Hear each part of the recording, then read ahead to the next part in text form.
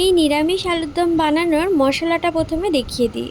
গোটা মৌরি, গোটা জিরে, গোটা ধনে, দারচিনি, 4টে এলাচ, 4টে লবঙ্গ, মগজদানা, আর এটা জোয়ান,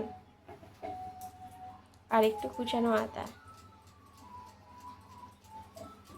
তারপর আলুগুলোকে খুব ভালো করে তেলের মধ্যে ভেজে নিয়েছিল। আলুর দমের আলুটা তো দেখতেই পাচ্ছ কিভাবে কাটা হয়েছিল। নুন হলুদ দিয়ে খুব সুন্দর করে ভেজে তুলে নেওয়া হয়েছিল। আর ওইদিকে মশলাটাগুলোকে মিক্সিতে খুব ভালো করে পেস্ট করে নেওয়া হয়েছিল। তারপরে ওই তেলেতেই তেজপাতা আর জিরে ফোড়ন দিয়ে ওই পেস্টটাকে দিয়ে নেড়ে চেড়ে একটুখানি হলুদ আর হ্যাঁ অবশ্যই কাশ্মীরি লাল লঙ্কার গুঁড়ো ইউজ করা হয়েছিল হচ্ছে লালের জন্য। তারপর নুন দিয়ে খুব সুন্দর করে নেড়ে চেড়ে মশলাটাকে কষে, আর হ্যাঁ মিক্সিতে ওই যে মশলার জলটা ওইটা দিয়েই কিন্তু কষা হয়েছিল।